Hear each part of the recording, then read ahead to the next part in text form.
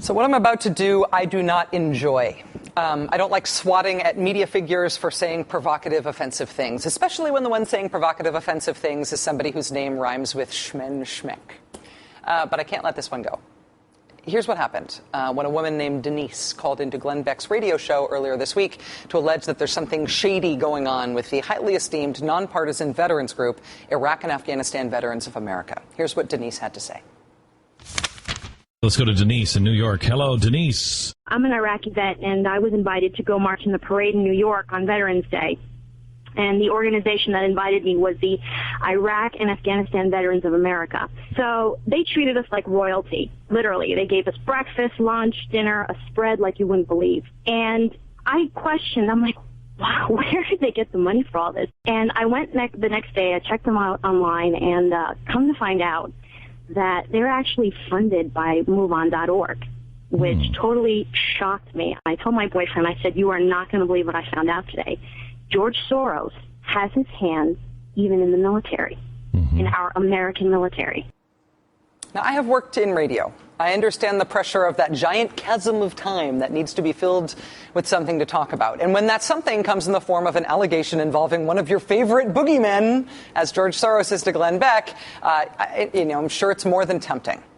But when that something involves talking smack about an esteemed and worthy institution like Iraq and Afghanistan Veterans of America, there really is only one appropriate response. It is not the one that Glenn Beck had.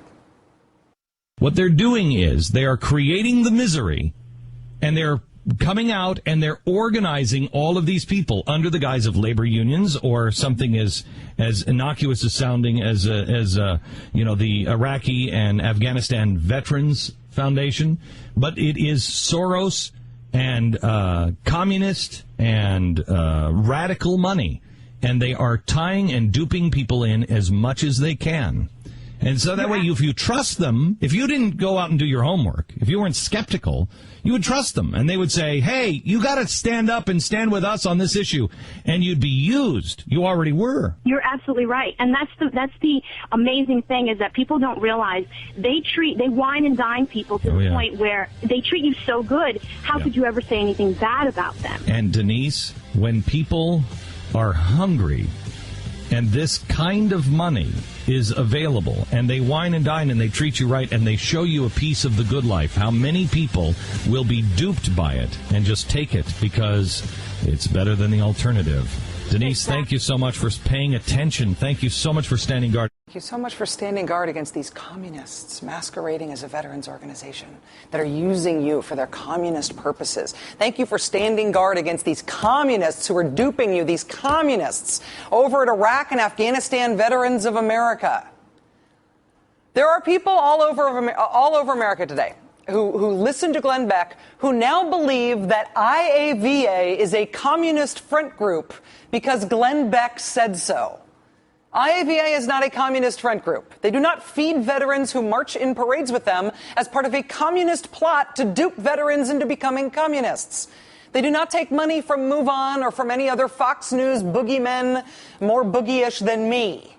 But even if they did, it would still be the patriotic equivalent of a mortal sin to do what Glenn Beck did this week when he randomly and at length and in totally made-up detail launched this 100% false attack on Iraq and Afghanistan Veterans of America, a nonpartisan group that does nothing wrong and does nothing like what all Glenn Beck's listeners now think they do.